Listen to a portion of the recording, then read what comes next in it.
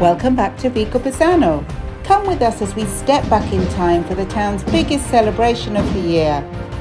Every first weekend of September, the streets come alive with history, music, food and tradition.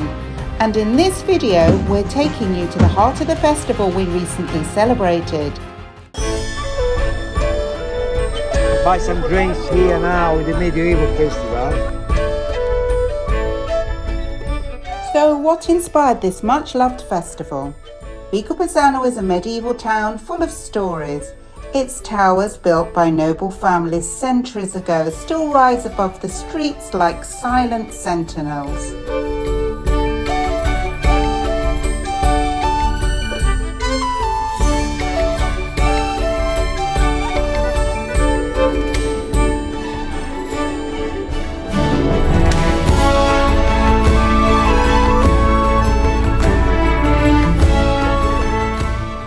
Every corner, every alleyway whispers tales of life in another age, and it's that living history that transforms the town into a festival where the past comes alive before your very eyes.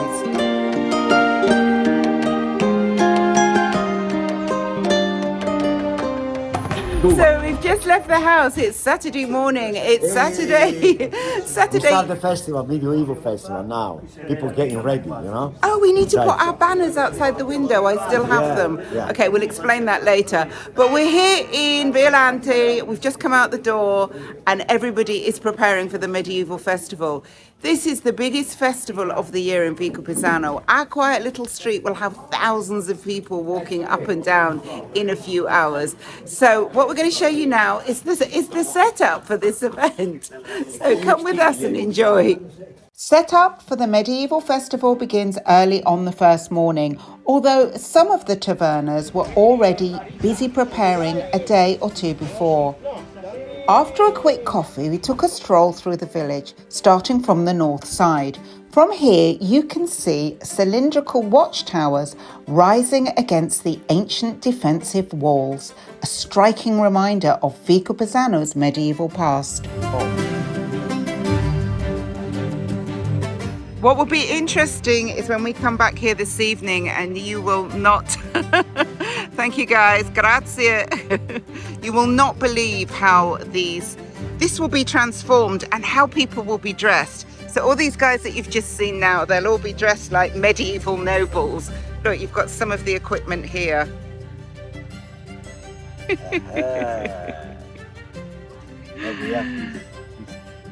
Stuff here. The helmets, oh, they're very beautiful, aren't they? Ready for fight. Let's go. So this evening, this area here is going to be turned into a medieval tavern. Now at the medieval taverns, they serve really simple food. Remember, in medieval times, there were no tomatoes, which seems to be the base of most Italian dishes these days. But there were no tomatoes, so we won't be getting anything with the tomato base tonight. So let's show you the setup of the taverns now. Look at this bamboo. I love the bamboo. So all the medieval taverns will be decorated with this bamboo here. I have no idea where they get it from, but it looks absolutely fantastic and authentic.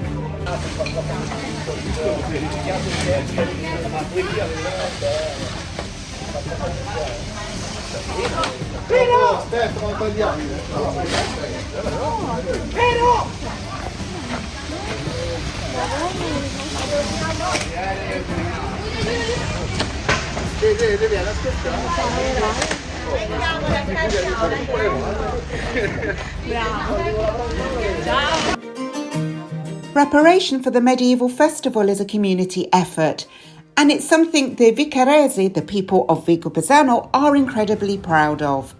Entire families across generations come together to transform the town. Over the 2 days of the festival, thousands of visitors fill the historic centre, winding between the towers and narrow lanes, all the way up to Brunelleschi's fortress on the hill. It's a true step back in time. Even the menus in the tavernas are written in Latin. Here, for example, fungum is the medieval word that later became funghi, the Italian word for mushrooms. Beyond the taverns with medieval-style meats on the grill, Tuscan soups and beans, the festival's food market is full of local flavour. There are stalls run by producers we know well, like the family we buy our eggs from every Saturday morning at the market. We were especially delighted to meet the newest member of their family, baby Leonardo. So here are the famous eggs of Vicopisano. So when you have eggs, you make eggnog. Posso vedere anche cosa fai lì? Queste le uova. Sì. Crema all'uovo. Crema di uova. So look, it's an egg liqueur. Oh, I think we must take some of that home. And here's something truly local, the Nozze di Calcenaia. Calcenaia is just 5 minutes from Vicopisano, and it's here where the nozze originate.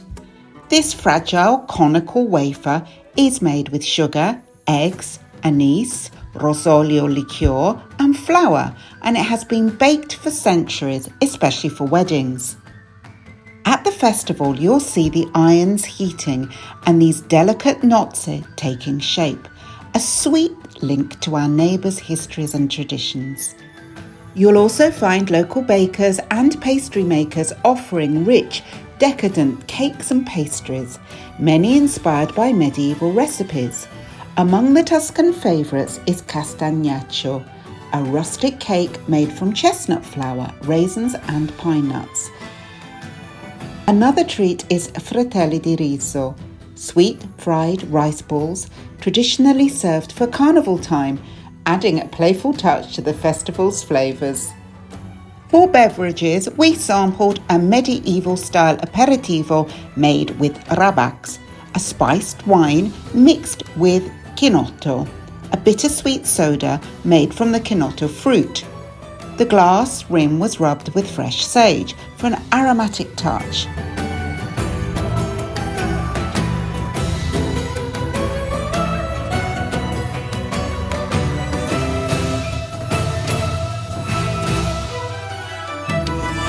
One of the most fun elements of the festival is exchanging your euros for medieval money, the grosso. This historic coin lets you shop, eat and experience the festival just like people would have centuries ago. It's a tradition especially loved by children, sparking their imaginations and bringing history to life.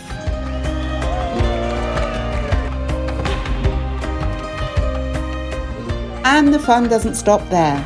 The streets come alive with entertainment for all ages, from flag throwers and drummers to street musicians and fire performers. These skilled artists captivate audiences with their daring displays, spinning flames in mesmerizing patterns. Whether you're dancing in the streets or watching it in awe, there's something for everyone to enjoy.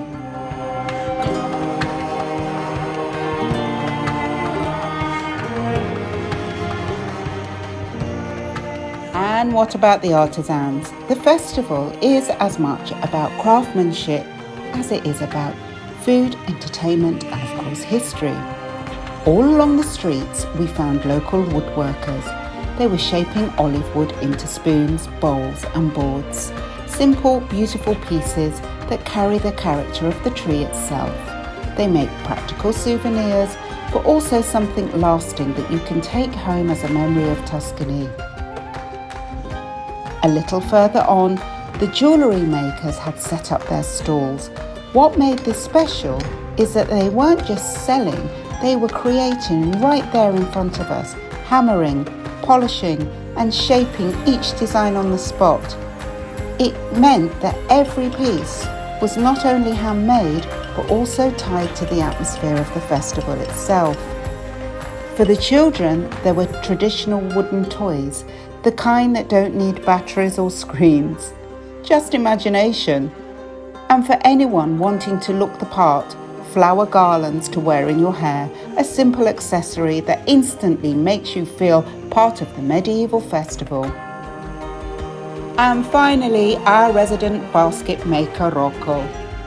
He's part of the soul of Vicopisano, and no festival feels complete without him. His baskets are strong, practical, and beautifully made.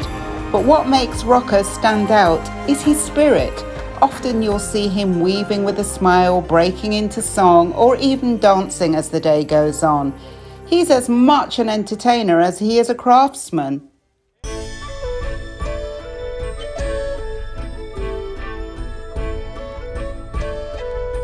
Sunday morning, after the first night of the festival kept going until about 2:30, 3:30 in the morning. And today the village is back to its tranquil self.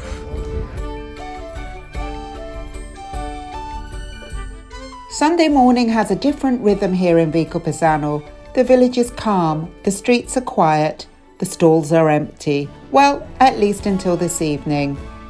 One event we haven't yet shown you is the medieval banquet, which takes place on both nights of the festival.